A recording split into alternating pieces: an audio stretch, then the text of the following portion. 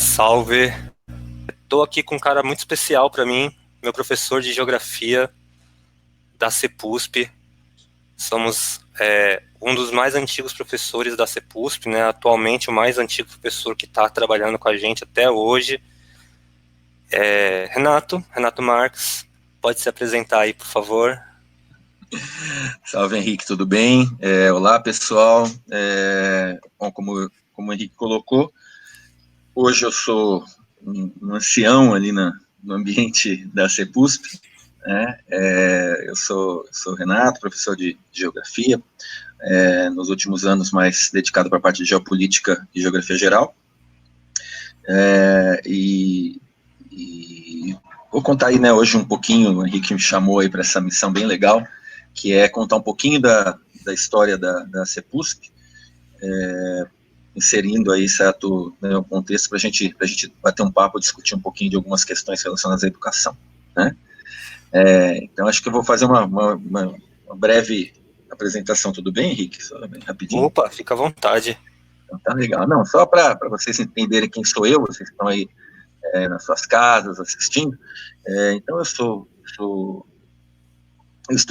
professor de geografia, como falei, eu estudei ciências sociais lá na USP, e trabalho aí com cursinhos, eu trabalho com educação há muitos anos, tá? Muitos anos, eu trabalho desde os meus 19 anos de idade, e trabalho com cursinhos, exclusivamente com cursinhos, já desde 2003, tá? E com a CEPUSP, certo, na CEPUSP eu já estou aí, certo, esse ano, aliás, assim, né, eu sei que internet, YouTube não é muito legal falar as datas, assim, que acaba criando uma certa, né, uma sensação estranha, né, mas assim, né, nós estamos em maio de 2020 agora, né, e eu estou aqui, certo, trabalhando exatamente nesse mês está completando 15 anos da minha entrada na CEPUSP. Tá? A CEPUSP foi o cursinho que eu passei como aluno, que eu retorno agora como professor. E eu te convido exatamente porque você foi aquele que me inspirou em fazer a faculdade de geografia, né? Foi isso, eu quero ressaltar muito, assim, por a importância que teve esse espaço. E a ideia hoje, como eu tinha conversado com o Renato, era a gente conversar um pouco sobre o que a CEPUSP, como que ela tem acompanhado ao longo desse tempo as mudanças, né, no acesso ao ensino superior. Então, Renato, queria deixar que você ficasse livre, queria que você ficasse livre aí para falar um pouco dessa história que você conhece e como que você tem visto a CEPUSP ao longo desses anos. Fica à vontade para falar. Legal, legal. Bom, tá bom. Então vamos lá, né? Contar rapidinho, assim, certo? Eu gosto sempre de dizer aos estudantes que a minha entrada na CEPUSP, ela vai se dar em um momento que para mim foi muito rico, tá? Porque eu trabalhando em outros lugares com uma experiência grande, certo? De repente eu pego e chego nesse espaço que era um espaço é, principalmente já na época formado por um pessoal mais novo, né, assim, certo? A grande maioria dos profissionais, em geral, certo? Ali vindos da Universidade de São Paulo também, né, quer dizer, pessoas, inclusive boa parte que ainda estava na Universidade de São Paulo, de jovens que tiveram uma ideia bastante interessante, bastante instigante, né? Quer dizer, os caras pensaram a ideia de, em meio a um outro período histórico que a gente estava vivenciando, com uma série de perspectivas, né, de inovações, de novidades, aí, certo, ainda lá do comecinho podemos chamar do comecinho do século ainda, esse pessoal resolveu, baseados numa visão de educação, resolveu poder levar para fora do ambiente da universidade essa experiência rica do ambiente universitário e compartilhar, né? Quer dizer, entregar para outros jovens aí, mais jovens que tinham o desejo de chegar àquilo que a gente chama sempre de a universidade de excelência, a universidade pública, né? Então, no primeiro momento, eu cheguei na CEPUSP buscando mais aulas, né? Quer dizer, era um emprego, certo? Eu nem conhecia, não sabia nada do que estava acontecendo lá. Mas logo de cara eu me identifiquei, né? Me identifiquei e abracei muito bem, certo, essa ideia, por vários fatores, né? E tanto abracei que eu sou o único que permanece lá, né, certo, até agora. Quer dizer, isso é algo realmente certo que criou uma identidade muito grande. E em que sentido que se criou essa identidade? O que acontece assim, é que combinou muito bem a identificação foi muito grande. Por quê? Porque eu também trazia já essa expectativa. Quando você estuda na universidade pública, a gente tem nós pensamos sempre que temos uma responsabilidade, né? Quer dizer, essa responsabilidade é poder repartir com a sociedade, né, a tudo aquilo que a sociedade acaba oferecendo para a gente, certo? Via o ambiente universitário da universidade pública. Tá? É importantíssimo você pegar e poder dar essa contribuição, né? E isso casava com o pensamento seja dos coordenadores da época ou dos demais profissionais da época. Sempre com esse intuito, né? O intuito de poder oferecer, em primeiro lugar, para aquelas pessoas que não tinham possibilidades, né, que não tinham possibilidades concretas de chegar à universidade. Vamos lembrar que nós estamos falando de um período que ainda estava o início da ideia de ProUni, Enem ainda tinha uma outra configuração, certo? Você tinha ainda uma temática, certo, do vestibular, que existe ainda, em parte, né, mas principalmente uma temática muito excludente, né? Excludente, fundamentalmente, se pensar para o estudante que vem da escola pública, o estudante de baixa renda, o estudante que é a parcela principal do núcleo de estudantes do Brasil, né? Então a gente tinha essa preocupação muito grande, certo? Os que estavam lá antes, o pessoal que fundou, e aqueles que foram, com o passar do tempo, foram abraçando a causa e tocando ela adiante, né?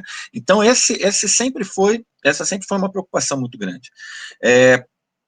Fazer também, Henrique, uma outra questão que caminhava aí, fazer uma diferença do ponto de vista da ideia de um cursinho. Isso sempre me tocou e eu me senti bem contemplado, né, no espaço, certo? Porque as pessoas que ali estavam, elas comungavam dessa ideia, né? E que qual a ideia? A ideia de que não é porque você está em um ambiente de cursinho que você vai fazer um tipo de educação que não seja uma educação plural e uma educação aprofundada. Sabe assim, a gente tem aqueles modelos que ainda existem são muito presentes na ideia de cursinhos assim de estilo comercial, né? Que é uma ideia ainda certo de um trabalho muito, vamos dizer assim, focado apenas então somente no objetivo do vestibular, de forma muito restrita. E o fato de não ser um cursinho com uma característica comercial como o grande elemento, certo? De ser um projeto, né, um projeto de integração aí, certo, de vários segmentos, isso acabou nos permitindo, né, sempre, certo, acabou permitindo a ideia de você desenvolver, mesmo em sendo um cursinho, desenvolver uma educacação crítica, tá, certo? Assim, a capacidade, a possibilidade que muito nos orgulha, né, certo? A mim me orgulha muito, e esse é um dos fatores de eu estar tanto tempo lá, né? Quer dizer, de a gente ainda poder estar desenvolvendo esse tipo de trabalho. Com uma rotatividade muito grande, obviamente, quer dizer, eu acho que eu estava pensando, quando você me fez o convite, eu fiquei pensando assim, foram, desde que eu estou lá, centenas de professores. A gente pode falar isso, certo? No plural, certo? Seja, não foi assim, não foram 100 professores, foram muito mais do que isso, sabe? Assim, de pessoas que acabaram passando, alguns por curtos períodos, outros períodos mais longos, mas assim, é uma rotatividade muito grande, que tem lá os seus problemas, às vezes, certo? Mas que tem um dado interessante, que é o dado do quê?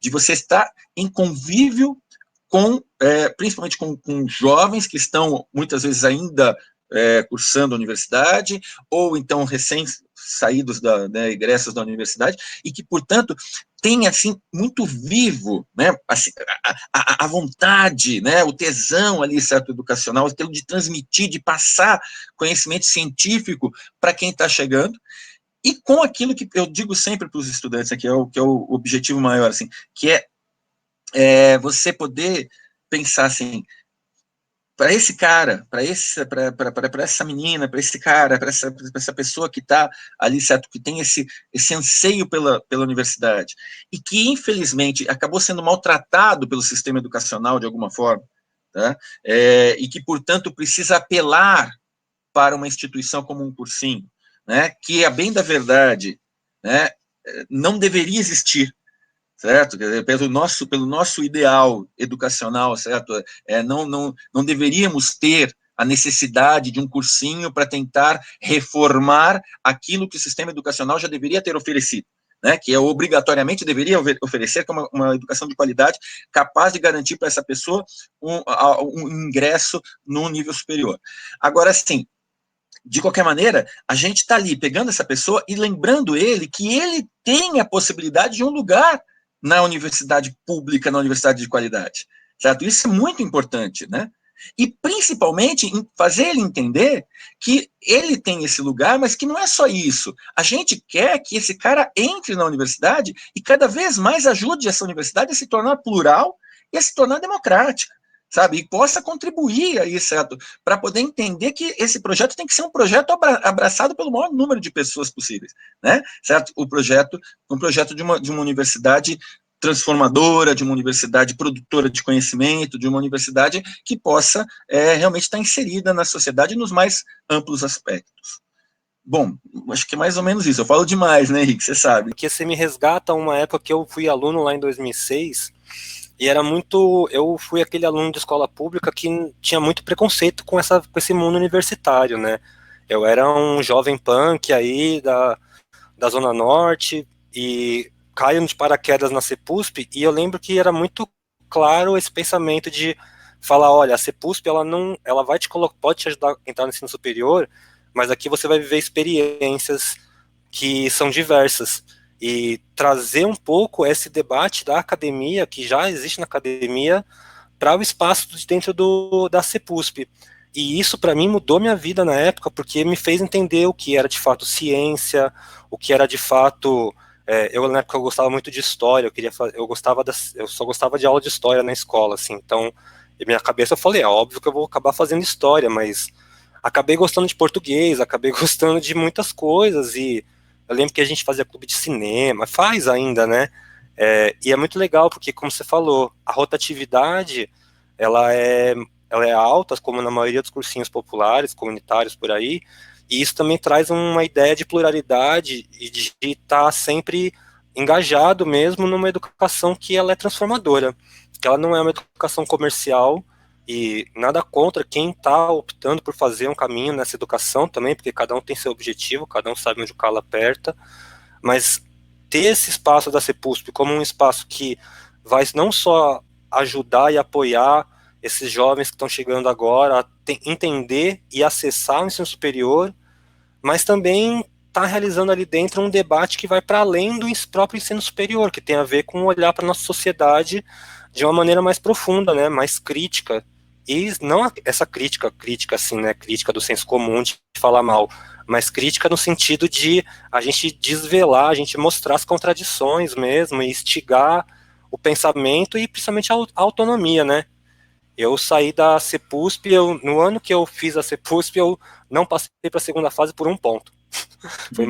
No outro ano, eu não fiz cursinho, resolvi estudar por conta, e com a CEPUSP eu tive essa autonomia, essa capacidade de conseguir acessar, e aí mudei de história para geografia também, ainda bem, não me arrependo nada.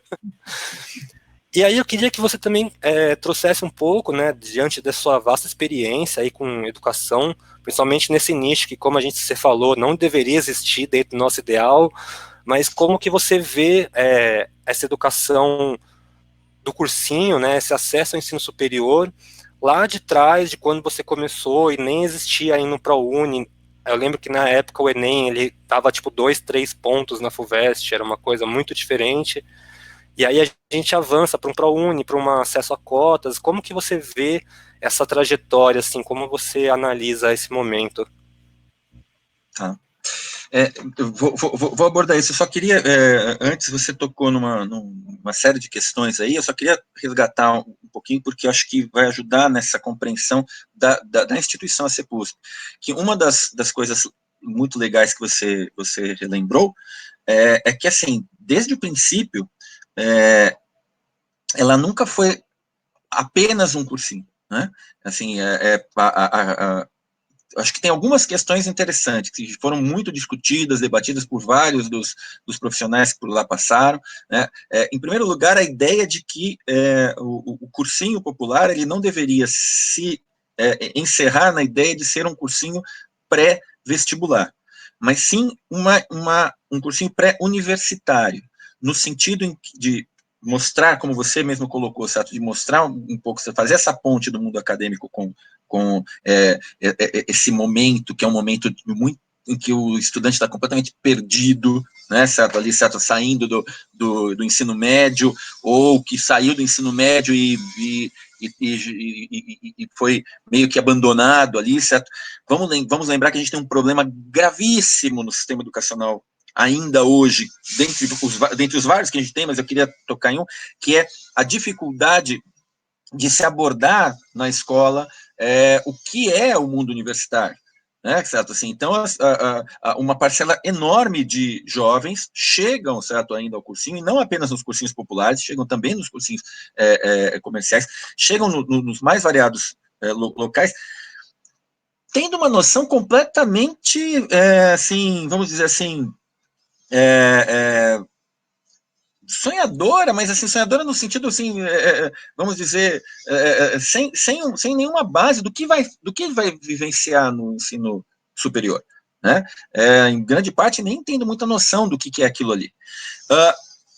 E essa possibilidade de você fazer essa ponte, ela é muito enriquecedora. Tá? Outra questão que está aí, que é crucial, é essa do contato cultural. Por quê? Porque como o projeto ele nasce voltado realmente, certo, para poder pegar e garantir o acesso para os estudantes de classe mais baixa, a gente sabe que o processo de formação educacional ele é muito mais múltiplo do que simplesmente o tempo que você está dentro da sala de aula. Né? Então, o Bourdieu já apontava isso, certo, né, de forma extremamente elegante, né, quer dizer, a questão das dificuldades, certo, do chamado capital cultural, certo, que acaba sendo necessário para poder você pegar e conseguir se inserir nos processos das disputas que existem aí, certo, nesse ambiente, inclusive no ambiente universitário. Então, os saraus, as sessões de cinema, né, certo, o acesso, certo, a uma biblioteca mais ampla, né, certo, uma série de dicas de coisas que realmente, para uma parcela muito grande dos nossos estudantes, como você acabou falando, é um outro mundo, né, certo, coisas que nunca fizeram parte da realidade de uma boa parcela dos nossos estudantes, né. Então, acho muito legal você tocar nessa temática da questão cultural, de estar sempre em contato com esse ambiente cultural, que é fundamental para a formação, não apenas de um estudante que vai fazer um vestibular, porque quando a gente fala em ser um cursinho pré-universitário, é a ideia de você se preocupar também com esse cara depois que ele chega lá. Né? Não apenas com a ideia de, que legal, e o cara pegou e passou, então a gente vai pegar e vai botar um registro de que tivemos um nível de aprovação. Mas qual vai ser o mundo que esse cara vai se deparar dentro desse ambiente universitário, né, certo? E como que ele vai se integrar em relação a isso, né? E o que virá depois, certo? Né? As perspectivas que virão depois. É por isso que é legal essa coisa de estar com a porta sempre aberta e sempre chamando quem por lá passou pelos bancos, né, escolares, para retornar, né, inclusive nas condições, certo, de professor, de coordenador, certo, que acaba dando esse dinamismo. né? Então, desculpa, assim, você tinha feito uma pergunta, mas eu fui mais, eu peguei e resgatei um pouco do que você falou. Eu não estou fugindo, não, eu respondo a tua pergunta, mas é que... Não, imagina, foi muito boa essa colocação. Me faz lembrar, assim, que a CEPUSP, para mim, eu entrei na universidade em 2008 e continuei frequentando ela, até porque era um ponto no centro, você tinha água, banheiro e amigos, né, para estar lá. E aí eu vou resgatar a pergunta, então, por favor. que é de como é que você percebe esse acesso ao ensino superior, como é que ele foi mudando nas últimas décadas, que apontamentos que você pode fazer sobre isso. Então, muito interessante, né? Porque, assim, para a gente falar sobre essa questão das transformações no ensino superior, a gente tem que falar um pouco de como foram essas transformações nesses poucos anos aí do século XXI que a gente está inserido, e como nós vivenciamos, de certa maneira, certo, uma lógica de uma entrada no século XXI com uma euforia de transformações, né, com uma euforia de perspectivas do ponto de vista democrático, do ponto de vista, certo, de acessibilidade, e as quais uma parcela delas conseguiu se cumprir, e, ao mesmo tempo, tivemos frustrações também, certo, com uma série de outras circunstâncias, né, da realidade de uma perspectiva mais abrangente, acabar chegando, no final das contas, nessa situação, assim, bem triste, né, que a gente vive no nosso país, certo? Na realidade, ela não é um reflexo exclusivo no nosso país, nós vivemos uma situação aí bastante preocupante e assustadora em boa parte do planeta, né, do ponto de vista de retrocessos, né, retrocessos de conquistas, né, e de ausência de perspectiva para muitas coisas, né, muitas pessoas perdidas. Mas vamos lá, para poder chegar, o que acontece? Naquele início da jornada da CEPUSP, onde eu comecei lá, certo, um ano depois, um pouquinho, certo, mais do que isso, certo, depois do seu início, o que existia era um campo grande, vasto, muito trabalho, uma perspectiva, uma ideia que a gente tinha realmente, certo, de termos a grande maioria, eu mais ainda do que a maioria, porque eu, por ser mais velho do que a maioria, eu vinha realmente de uma experiência na universidade em que eu frequentei uma universidade pública extremamente excludente, tá, certo? Uma universidade pública em que o percentual de estudantes negros estava na faixa de 1%, certo? Em que os estudantes de escola pública, como eu, que eu tive toda a minha trajetória, com exceção do primeiro ano do ensino fundamental 1, que eu fiz por uma falta de vagas na escola pública, meus pais conseguiram arrumar uma escola privada de bairro, assim, para poder fazer, aí, de resto, depois, foi a vida toda na escola pública. E isso causava espanto. E, olha, causava espanto na Faculdade de Filosofia, Letras e Ciências Humanas, ou seja, certo, na FEFELESH. Então, imagina nos demais cursos mais elitizados, né, não na área de humanos, era ínfimo. Então, a gente vinha com dessa experiência, com muita vontade de ir quebrando esses bloqueios, né? Bom, o que vai acontecer, então? Na época, o governo Lula, principalmente Lula, depois ainda começaram a fazer uma série de políticas, colocar em prática uma série de políticas que eles achavam lá que seriam políticas de inclusão. E muito consultando a sociedade, consultando parte da sociedade, às vezes indo em consonância com os movimentos mais progressistas, às vezes nem tanto, mas, de qualquer maneira, foi havendo uma mudança, né, como você mesmo colocou, como você pontuou. Ocorreram mudanças, ocorreram perspectivas de, no caso do Enem, de tornar o vestibular algo capaz, certo, de ser identificado com questões que pudessem ser identificadas por um tipo de raciocínio mais amplo, né, do que não apenas aquilo que era aquela coisa muito fechada de anos de muitos anos anteriores, certo? Que é completamente fora da realidade da imensa maioria dos estudantes, né? E, portanto, era preparado exatamente para poder pegar e manter o atendimento a um pequenino grupo da sociedade.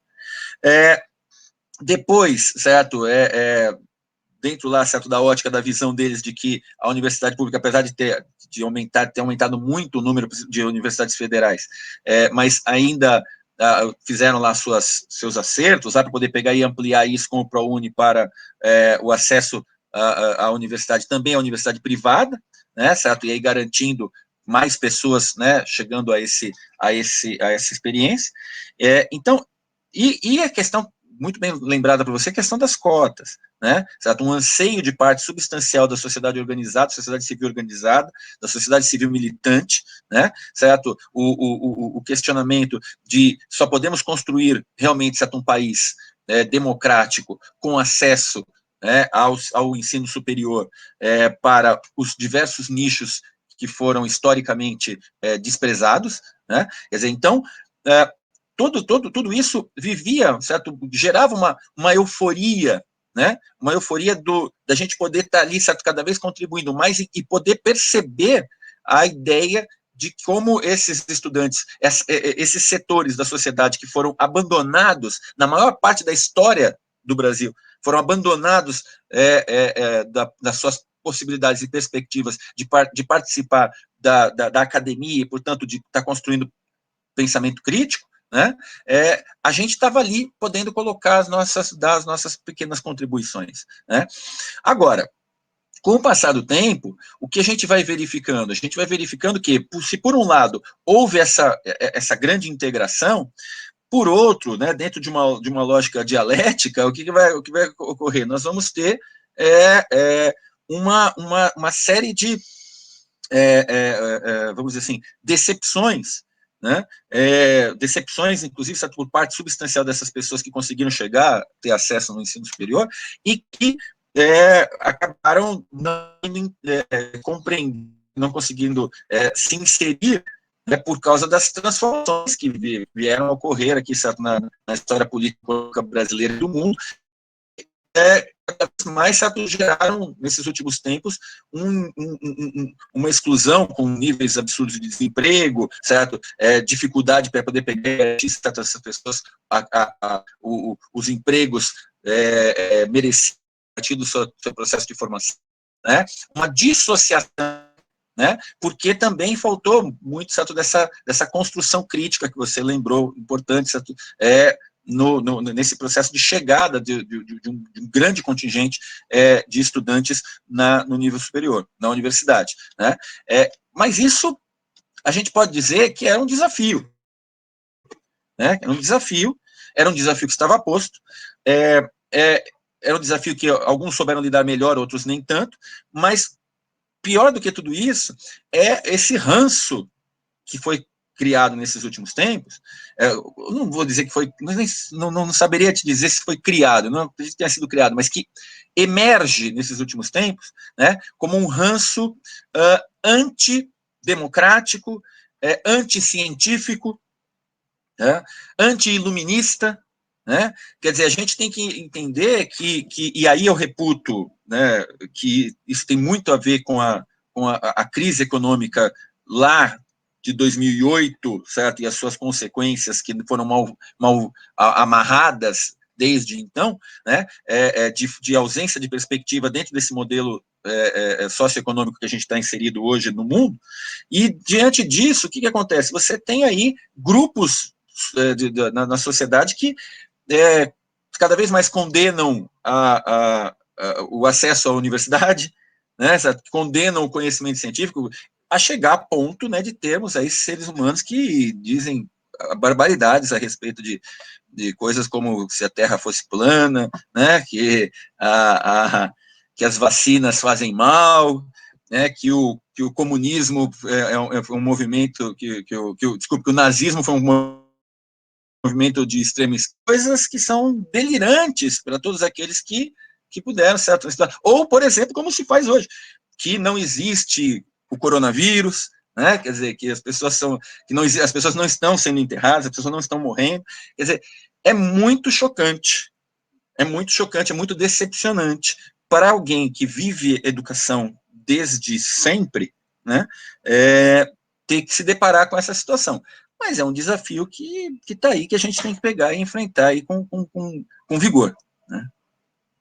Nossa, bem legal. Você fez um resgate agora amarrando com com essa negação da realidade que está acontecendo recentemente e o quanto que isso tem a ver com a ampliação da pluralidade da própria universidade, como você bem colocou, né?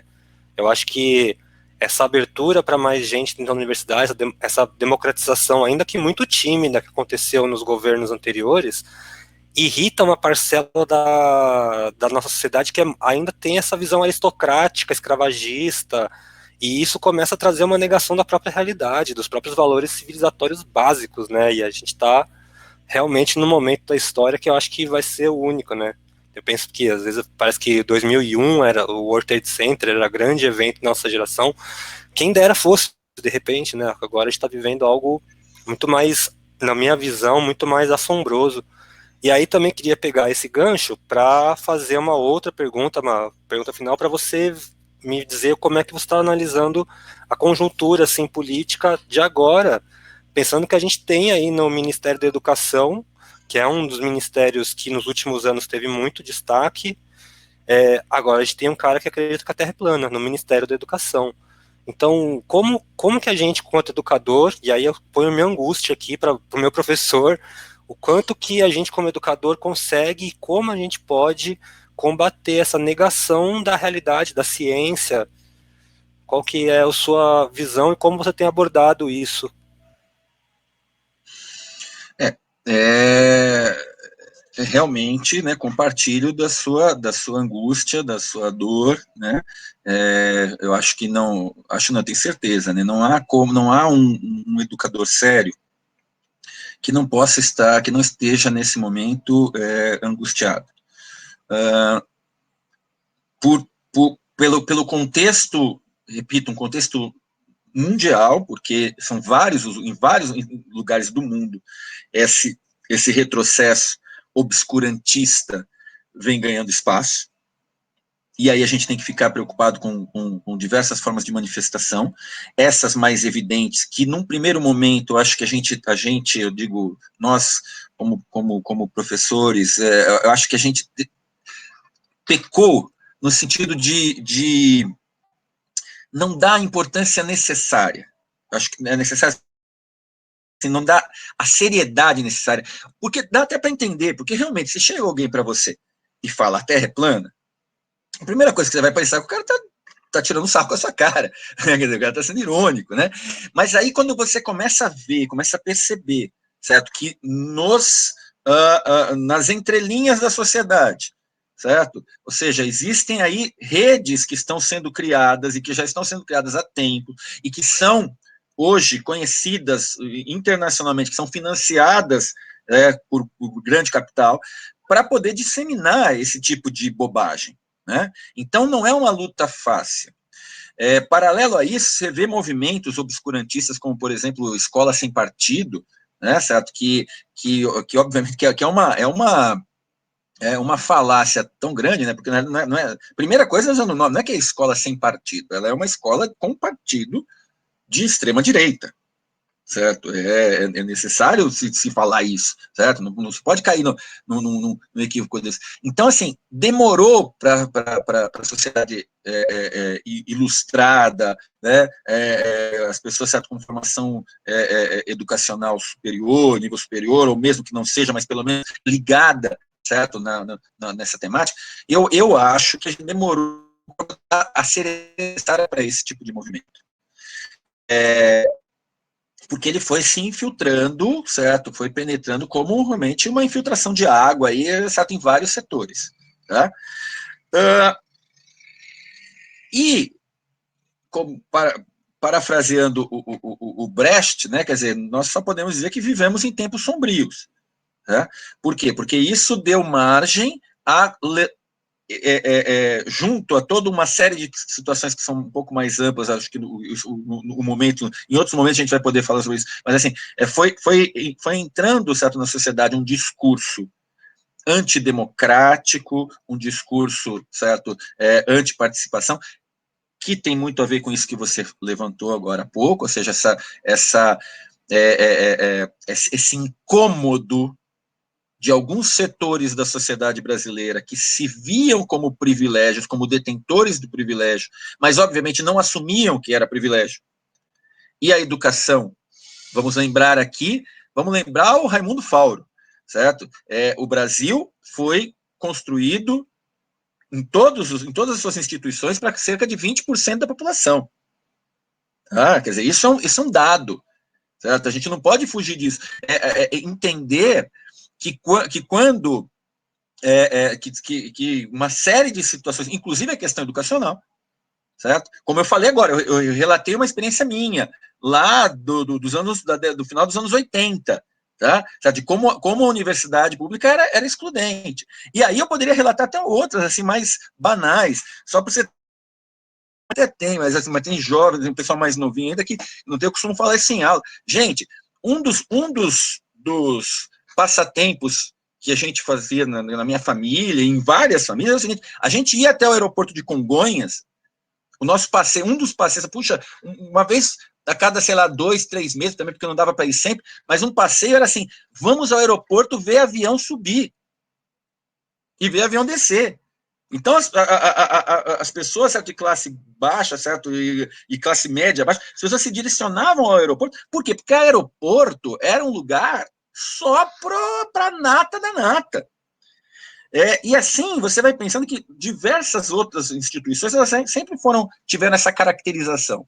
Então, é claro que quando você passa a ter um contato e a possibilidade de outros setores, que sempre foram vistos como aqueles setores, por um histórico escravagista, setores para ficarem excluídos do processo, de repente esses caras começam a ter um pouquinho, porque foi bem pouquinho, como você mesmo disse, foi tênue a questão, mas na visão desses setores dominantes, não era para ser nada.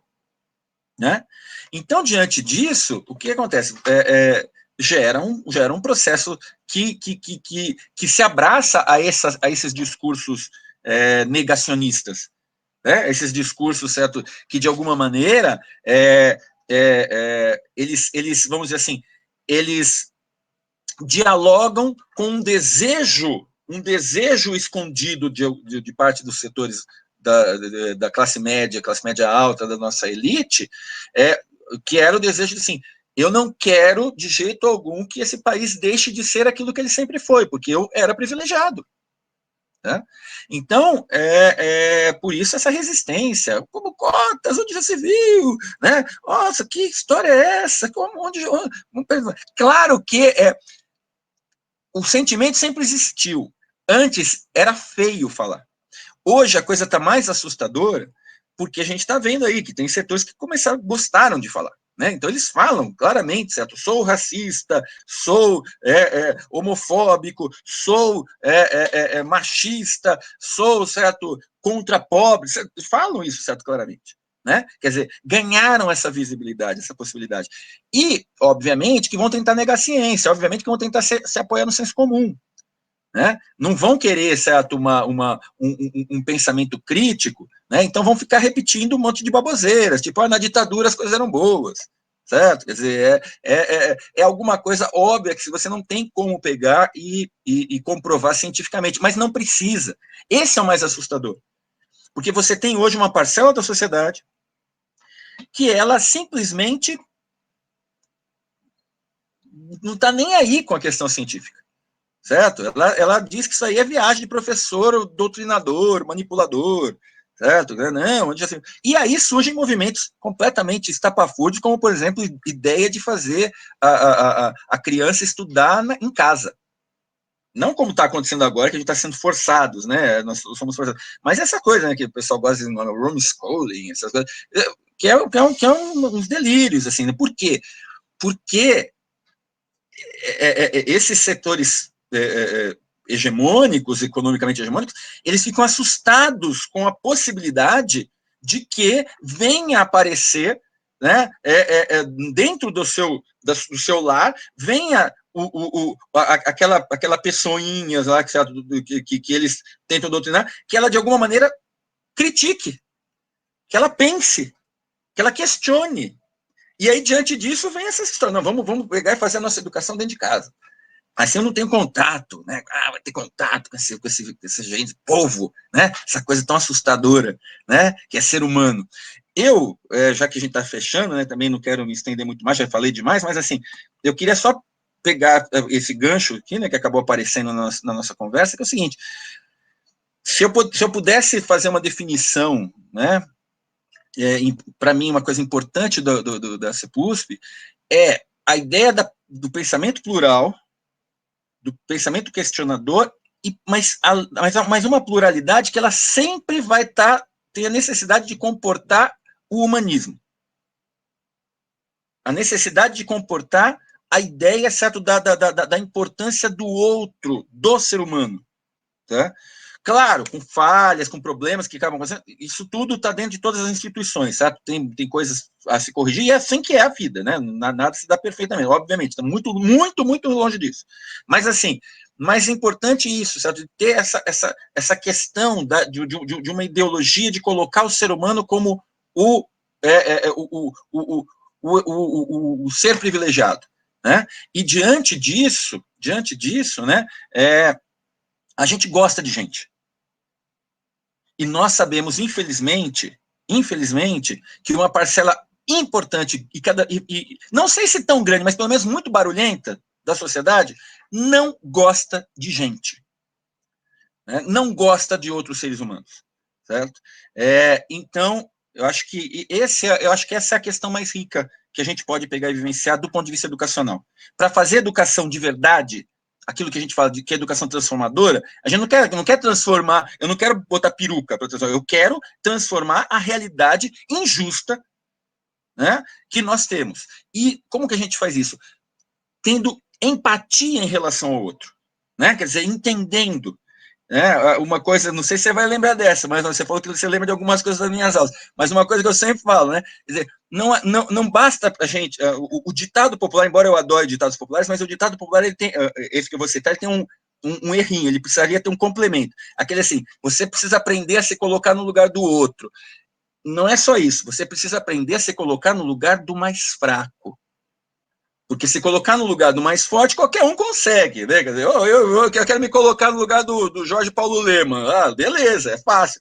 Agora, aprender a se colocar no lugar do mais fraco é fundamental, né? Certo? Isso para mim, é um ensinamento diário que a gente precisa se fazer. Né? Como educador, isso é crucial. E como ser humano, né? Bom, acho que foi isso aí, né? É isso, do ponto de vista humanístico, né, da coisa, o mal está posto, né? Eu não consigo definir essa falta de empatia, essa falta de amor ao próximo tão absurda, tão brutal, né? A gente não está desenterrando mortos, né? Usando uma frase do momento, a gente está anulando as pessoas, né? E muito legal trazer essa sua frase sua como educador, que eu tive o privilégio de estar em sala de aula, no local de aluno, e o quanto que essa visão empática do outro, independente de quem é o outro, mas de estar sempre aberto ao debate, estar sempre buscando o contato humano com as falhas humanas mesmo, né? Renato, muito obrigado aí. Se você quiser falar alguma coisa, se encerrar.